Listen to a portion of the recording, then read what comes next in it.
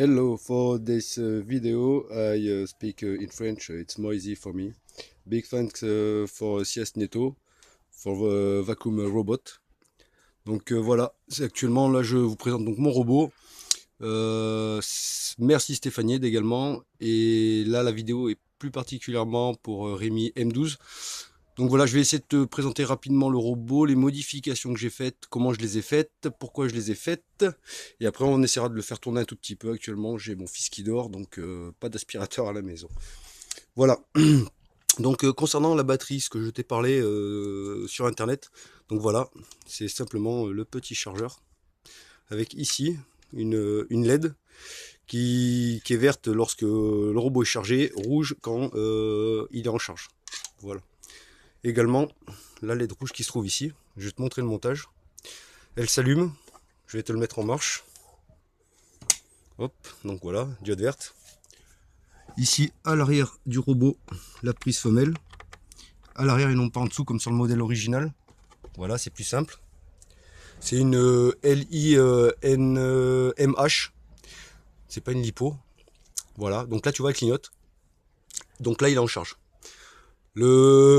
C'est plus esthétique qu'autre chose, étant donné qu'ici tu as déjà ton temps moins de charge. Voilà. Donc j'avais hésité quand j'ai modifié le STL à boucher ce compartiment ou le laisser. J'ai une idée, donc effectivement ça me permet de savoir si le robot se charge. Initialement je savais pas qu'il y avait la LED sur le chargeur. Le seul défaut, c'est qu'en fait, même quand le robot est chargé, elle continue à clignoter. Elle clignote, c'est pas dû à mon fait à moi, c'est que j'ai récupéré les diodes sur un tableau de bord d'une Fiat de tête, une vieille Fiat, et je suis tombé sur un témoin warning. Voilà, donc ça va être pour ça, du moins un signal warning, avarie moteur ou je ne sais quoi. C'est pour ça qu'elle clignote, sinon elle serait restée fixe. Voilà, mais même si la batterie est chargée, ici ça bascule en rouge et elle continue à clignoter. Donc c'est plus esthétique qu'autre chose. En revanche, la verte, quand le robot s'allume, elle bascule au vert, elle clignote. Le petit montage de la batterie. Alors là, c'est la batterie que j'ai montée, que j'ai montré tout sur Thingiverse. Donc la particularité de cette batterie, ici tu vois, là c'est le petit interrupteur. Hein. J'ai essayé de le représenter rapidement. En dessous, il y a un tout petit trou sur la photo, vous verrez, c'est une LED, une toute petite LED. Derrière, il y a une résistance qui correspond à une résistance pour faire fonctionner une LED.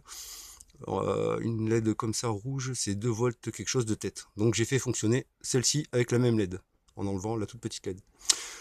Voilà, donc la batterie est relativement grande, plus grande que ce que j'avais prévu initialement quand j'ai dessiné les plans sur. Je me suis basé sur ce qu'il faisait sur AliExpress. Donc ce qu'il a fallu faire, les traits bleus ici, un petit coup de cutter de chaque côté, permet de démonter le couvercle de la batterie. J'ai enlevé le petit système, tout simplement l'interrupteur, une LED avec sa résistance.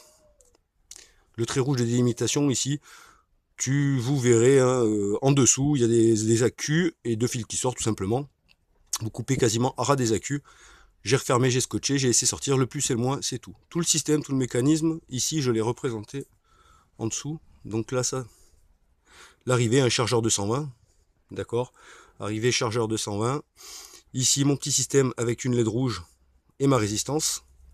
Ici, alors, lorsque je charge, ça me charge ma batterie. Une fois que ma batterie est chargée, si j'enlève mon chargeur, si je ne mets pas ce petit composant ici, ça va continuer à faire clignoter la LED jusqu'à décharge de la batterie. Donc pour éviter ce problème-là, assez rapidement, voilà. Ça, c'est tout des... Je sais pas si on va les voir correctement. C'est des 1N 4001, 4002, 3 ou 4, peu importe, ça fera l'affaire. D'accord, c'est le principe d'une LED. Le courant passe dans un sens, mais il passe pas dans l'autre. Voilà. Point particulier, il y a un tout petit trait gris clair qui indique le sens. On le voit pas. On le voit pas. Si on le voit juste sur celle-ci là. Voilà. Donc là, la barrette, il faudra la mettre sur le plus de la batterie pour éviter que le courant remonte dans l'autre sens. Et allume ici la diode. Et après, tout simplement, au robot. L'interrupteur est placé ici. D'accord, je ne l'ai pas représenté, mais il est placé ici. Voilà, donc ça, c'était une des premières modifications. La batterie, donc, elle fait 12 volts, 42 exactement, 4800 mAh à peu près. Hein, c'est AliExpress. Tous les composants que j'ai achetés sont d'AliExpress. Donc il peut y avoir des légères nuances entre ce qu'ils disent et réellement ce qui est mesuré. Voilà. Bon, première modification, voilà. Je me suis aperçu assez rapidement qu'il n'y avait pas assez de pression d'air, donc j'ai mis du scotch en haut et en bas pour assurer un peu plus l'étanchéité. Également, tout simplement, un petit morceau de chambre à air ici, d'accord, collé avec de la néoprène à l'intérieur. Je filme avec une main, c'est un petit peu la galère. Voilà, c'est un clapet anti-retour, ça évite juste que les impuretés, les saletés retombent en arrière. Lorsqu'on lève le robot, j'ai une maison à étage, tout simplement. Alors, les capteurs, là je suis repassé sur des Sharp. J'avais initialement ces modèles-là, là, ce qui est vendu là pour les Arduino. Quelque chose à 30 centimes, je pense assez efficace. Le gros problème, c'est que ça est vite leurré par les rayons du soleil. Voilà, je pense que quelqu'un qui se connaît un peu, qui s'y connaîtrait un tout petit peu plus en Arduino, en programmation, saurait arriver à faire quelque chose avec. Je suis pas un spécialiste du G-code, du C-code. Donc voilà. Je suis repassé sur le modèle initial hein, du Sharp. Bon, comme mon robot avait déjà été dessiné, c'est simplement un petit coup de scie à métaux, un petit coup de lime, et j'ai réussi à faire entrer les capteurs de manière relativement propre. De manière esthétique, donc, pareil également, cet interrupteur-là, c'est celui de la batterie d'origine que je parlais. Voilà, et ça c'est donc le câble fourni avec. Et cette partie-là, elle est emboîtée en force depuis l'intérieur, et elle se retrouve placée à l'arrière. Pareil, c'est récupéré directement du système d'origine de la batterie. Donc voilà le chargeur USB. Ici, la carte Uno, elle se trouve ici. Il a seulement fallu que, sur une photo, je l'ai montré, que je dessoude le port pour faire l'alimentation externe. Ça ne passait pas au niveau du couvercle. Voilà, c'est tout. Toute petite modification, un petit coup de fer à souder, 2 minutes c'est fait. Voilà la petite grille d'aération qui cache l'intérieur, sinon c'est ouvert sur le modèle d'origine. Et on voit l'intérieur, voilà. Ça aurait été mieux que je fasse des évents qui montent vers le haut, parce que le ventilateur souffre relativement fort sur l'arrière. Bon, ça j'y avais pensé, je ne l'ai pas fait, tant pis. Bon, le robot est chargé de toute façon. Hop là, également dans le rayon des modifications que j'ai apportées, j'ai un petit garçon en bas âge donc, qui a un tapis de jeu qui doit faire dans les 1 cm. Le robot ne peut pas monter dessus. Donc là je me suis débrouillé, j'ai à peu près 8 mm ici, donc je vais redescendre le pare-choc un tout petit peu plus bas. Voilà, il est un tout petit peu plus grand que le modèle d'origine. On le verra tout à l'heure en fonctionnement, donc pour cette histoire du pare-choc, là, du bumper. Je vais peut-être refaire un système identique en haut. Je ne veux pas rajouter de capteurs. Ils sont quand même un petit peu chers. Là, tout à l'heure, c'était un capteur à 30 centimes. Là, c'est pratiquement 4 € pièce. Donc voilà. Sinon, je n'aurais réinstallé un là. Ce que je pense faire, c'est prendre un deuxième pare-choc et le réinstaller ici. Tout simplement, faire un trou. Prendre un pare-choc là ou faire un grand pare-choc. J'ai des meubles, on vient de changer les meubles récemment et les meubles sont hauts. Le capteur, je pensais qu'il captait sur une certaine, sous un certain angle en forme de cône, et non. La LED émission réception, hop, elle se croise à un point. Le faisceau, il est réglé là à peu près pour 4,3 cm. Et non pas en cône. Donc le dessous des meubles étant vide, le robot reste buté, et sur mon placard dans ma chambre également, il reste buté à ce niveau-là. Donc il va falloir que je rajoute un système en haut. Bon, rien de grave, hein. 2 interrupteurs, un pare-choc. Je les relie à ceux d'en dessous qui sont ici, et ça sera bon. Tac.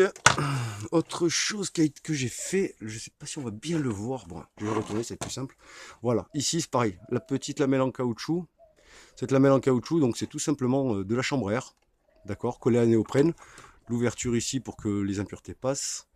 Alors, initialement, l'idée que j'ai eue, c'était on voit encore les trous hein, d'origine. Voilà, le système que je voulais installer, c'était tout simplement 2 moteurs reliés en parallèle. Tac. Là et là, un petit réducteur de tension, il s'était branché directement sur le ventilateur, l'alimentation du ventilateur. Je faisais réduire à 6 volts la tension.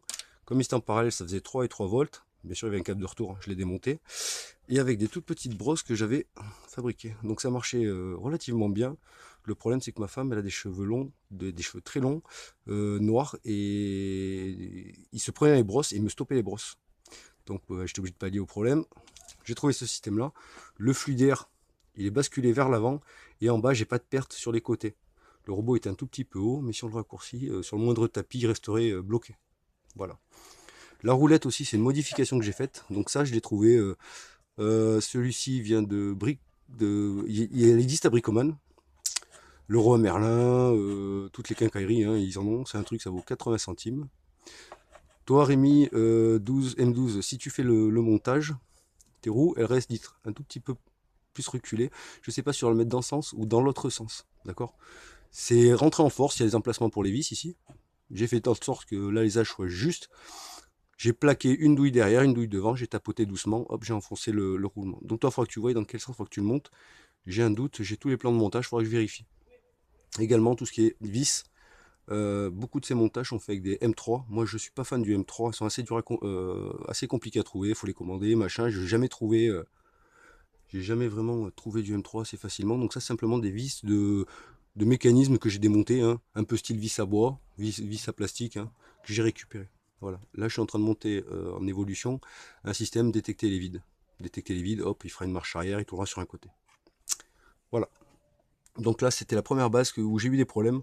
Ça, ce que je vais t'enlever, Rémi M12, là, c'est cette partie-là. Ça, c'est pour compenser la hauteur de mes roues qui est plus conséquente que celle d'origine.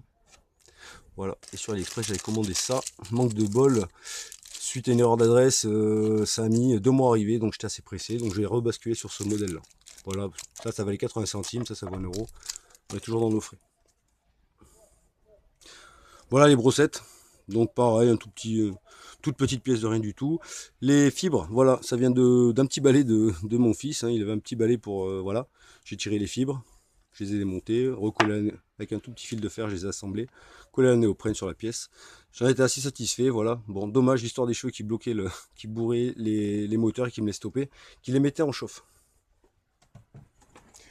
Maintenant, je vais essayer de montrer l'intérieur. Bon, je travaille avec une main, c'est un tout petit peu compliqué.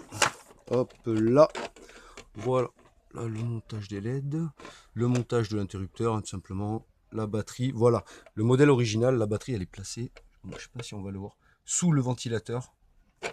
Donc là j'ai modifié le STL pour faire passer justement cette batterie qui est un peu plus conséquente. Elle a été, la partie recoupée elle se trouve ici, j'ai mis du scotch, faire un truc propre, hein, j'aime pas que ça dépasse de trop.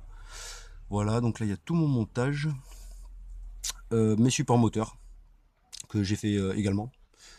Mon ventilateur, le problème de ce robot, c'est le ventilateur, voilà. Ça, c'est un 12 volts par 2,85 ampères. Ça peut monter jusqu'à 5 ampères. Le problème, c'est la consommation de la batterie. Là, en modifiant un tout petit peu le petit programme, je fais 1h05 d'aspiration avec cette batterie-là.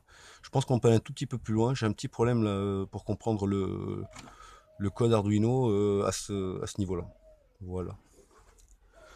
Donc là on voit le montage des capteurs, l'emplacement des petits moteurs. Le capteur ici, j'ai pas fait un gros montage, j'étais assez pressé, un petit peu de colle à chaud, c'était suffisant. Là j'ai mon nouveau capteur infrarouge pour détecter les vides. Voilà. Hein, les pneus, les jantes, c'est moi qui les ai faites, du moins les jantes c'est moi qui les ai faites à base d'un pneu, c'est d'une Nico, d'une petite voiture radiocommandée que j'avais, qui était cassée, une voiture d'enfant. Hein. Voilà, les prochaines modifications seront plus donc sur la partie pare-choc haut, pare-choc bas pour les meubles hauts. Après, une deuxième partie, je vais essayer de le rendre un peu plus intelligent. Il détecte les angles, mais il partira sur le code, il prend en marche arrière et il tourne sur un côté pendant un certain temps. Moi, ce que je voudrais essayer de faire, c'est je détecte à gauche, je détecte à droite, je sais que je suis dans un angle, je reviens au centre, il recule un tout petit peu. Avec le capteur de gauche, il regarde à gauche, il analyse la distance. À droite, pareil, et partirait éventuellement du côté où il y a la plus longue, où la détection est la plus longue pour pouvoir partir dans une direction un peu plus correcte, le rendre un tout petit peu plus intelligent. Voilà, j'essaierai tout à l'heure de faire une deuxième vidéo où je le montrerai avec les éventuels problèmes que je rencontre et son fonctionnement.